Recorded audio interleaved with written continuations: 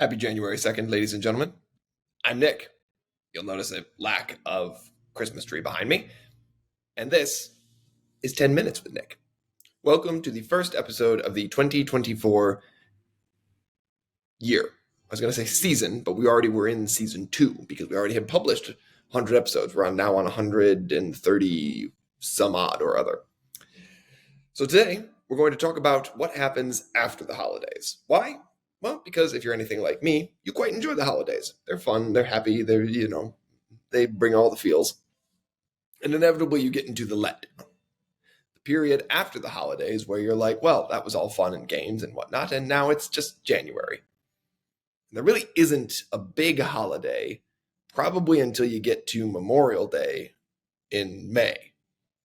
Yeah, there's St. Patrick's Day, sure. But that's, you don't take off for St. Patrick's Day. It's not a long weekend. You might get a long weekend for Martin Luther King Jr. Day, but that's more of a day of remembrance than it is a holiday. And Memorial Day is too, to be fair. It's just Memorial Day is sort of a weird remembrance and a celebration of that remembrancing. And that's only in the US. Truly, I don't know like what England is doing. I don't know what Spain is doing. I don't know what you're doing in Saudi Arabia. I don't know. But after any holiday, regardless of the size of the holiday, the importance of the holiday, or the culture of the holiday, I would imagine, at least I know in my culture, and I'm sure in other cultures, there's always a bit of a letdown, sort of the deflation after that holiday, where you're just like, well, now what? We here at 10 Minutes with Nick are here to help you with that now what. Welcome to 10 Minutes with Nick on the holiday letdown. So what do I recommend you do? Well, first and foremost, one thing to remember is that time moves forward and you will get back to that holiday again. So don't fear too much. My sister was kind enough to bring me a cup of coffee. Don't worry too much about the fact that the holiday is over. It will come back. But number two, remember that all those things that you did over the holiday that gave you all those nice feels, like seeing family, talking to friends, having fun.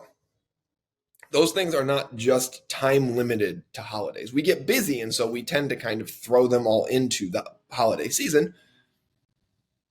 But it's okay to plan fun for yourself during other times of the year. It's okay. Have fun. Go out. Make new friends. Keep up with family members. We talked about in an earlier podcast about how the holidays are great for catching up with family you've been too busy to keep up with. Maybe make an effort to touch base with them a little bit more. Don't go wild. I mean, if you touch base with them more than you already do, it turns out you may not like them. But make an effort. Get to know them. I do my best. I'm not great, but I do my best. Make a new friend. How do you make a new friend? I don't know. I'm 33 years old. How do you make new friends? This is more of a thought that came to my head that would be a good thing to do, and I don't know how to do it. I don't know. I have the friends I have. Pick up a new hobby. I don't know what hobby you would pick up, right? I can't answer that question for you. If you don't know how to play basketball, I don't recommend picking up a hobby of pick up basketball games. That's just going to set yourself up for failure.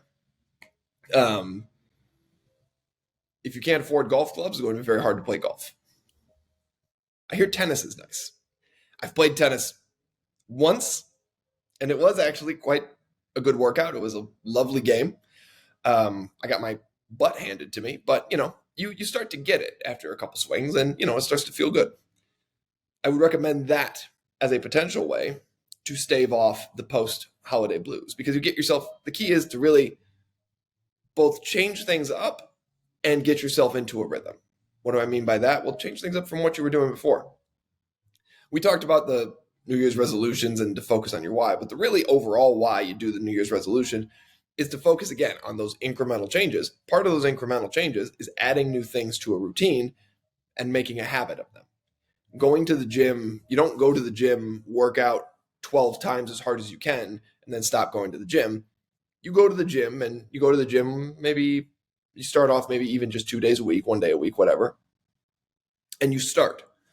You don't pick up 90 pounds. You start with 10 pounds, and then you go to 15 pounds, and then you go to 20 pounds, then you see where I'm going with that. But you build a sustainable habit that way, and you build a routine. And when you have that routine, you stick with it because it becomes part of what you do every day.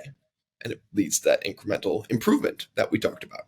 That's the best way I know to stave off the post-holiday blues. It's the best way I know.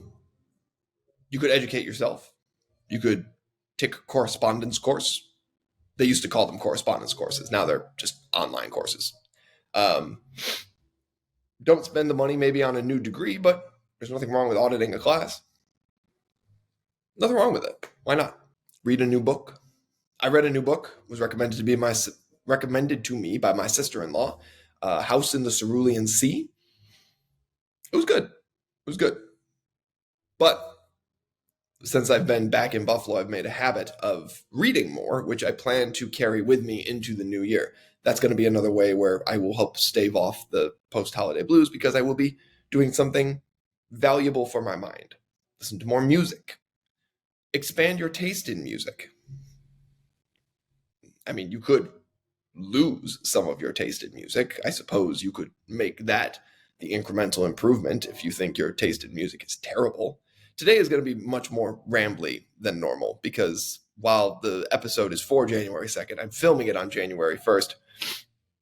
I was out late last night, and as you might imagine, I am slow this morning. But I'm doing my best, incrementally. If you made it that far into the podcast for my punchline of incremental improvement, I appreciate you. I appreciate you always. Now, you could stave off the post-holiday blues by starting a podcast.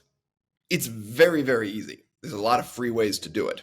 I happen to have podcast equipment, but really, all that's required for you to have a podcast is an internet connection and a laptop. That's it. That's really it. And then you can just do what I do and spew your thoughts into the internet, and other people will listen to them. Maybe other people will listen to them. If your thoughts are no good, people might not listen to them, but that's okay because this is my second podcast. I had a podcast years back. It was called I Got This One.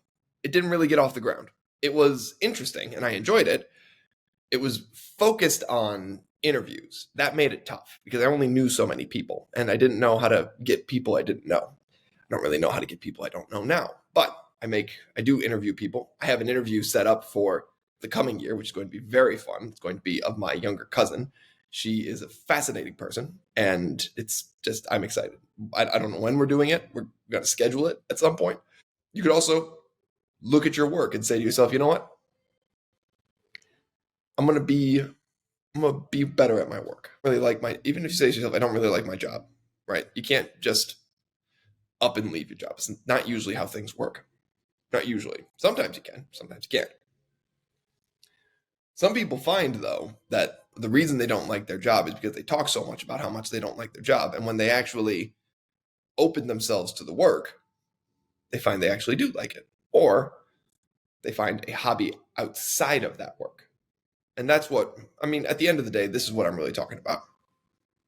At the end of it all, if you really want to stave off the post-holiday blues, what you're going to want to do is you're going to want to add something to your routine or create a routine that you didn't have before.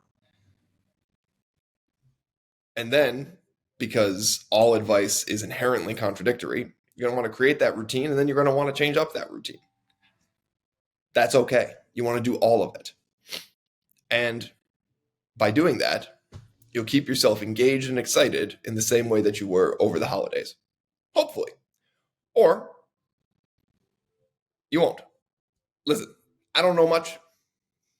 I know a lot, but nothing useful, right? Like I know a lot of trivia.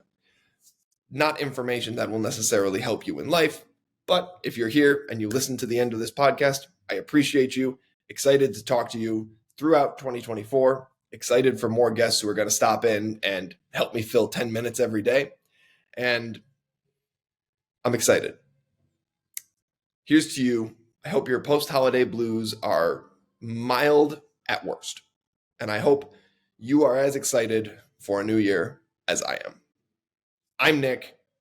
This is 10 Minutes with Nick. Have a great day.